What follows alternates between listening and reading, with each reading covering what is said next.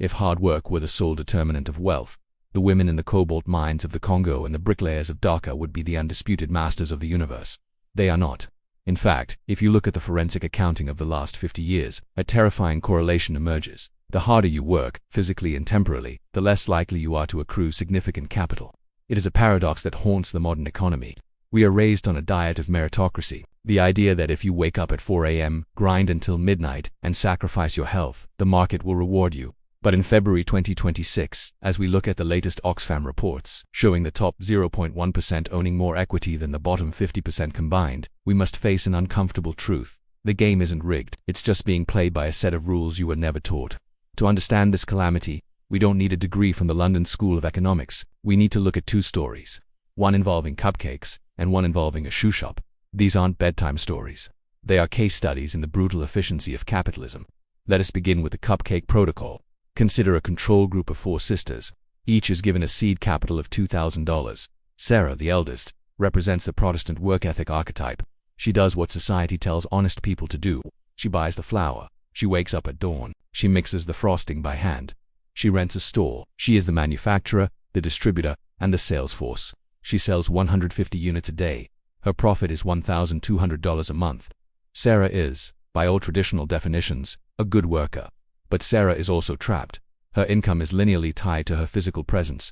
If she breaks her leg, her revenue drops to zero. If she wants to double her income, she must double her hours, which is physically impossible. She has hit the labor ceiling. This is where 90% of the population lives, trading time for money in a 1-to-1 ratio. It is a treadmill that only stops when you die.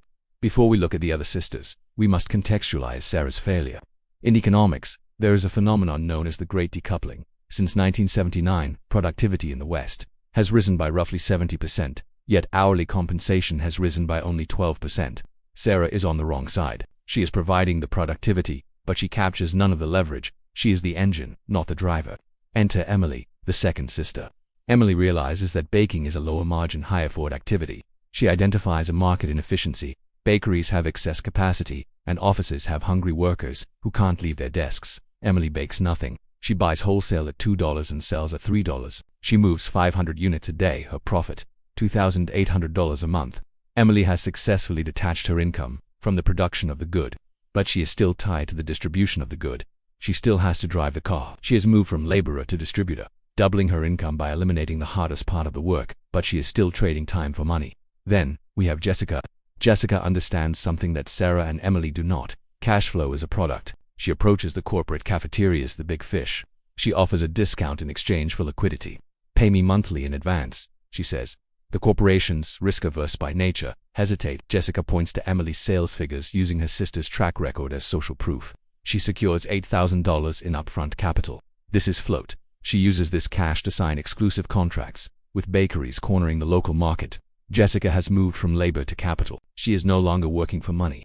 Money is working for her. She has essentially created a futures market. But it is Megan, the youngest, who represents the modern Silicon Valley ethos. Megan touches nothing. She bakes nothing. She delivers nothing. She goes to the source, the flour mills and sugar distributors. She says, I control the bakeries that supply the sisters.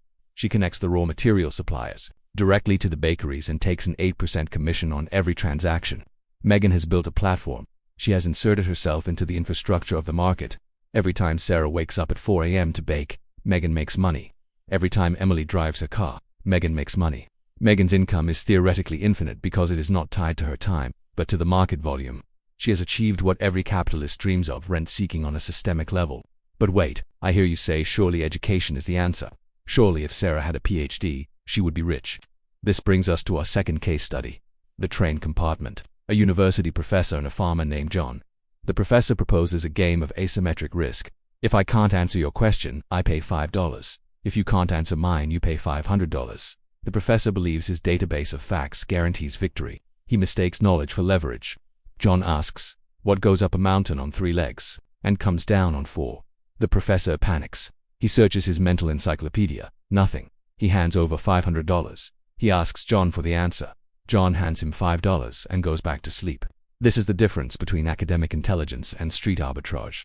The professor paid $495 to learn that the game was rigged. John didn't know the answer, and he didn't care. He knew the economics of the transaction were in his favor. He risked $5 to make $500. The specific facts were irrelevant. Let's fast forward.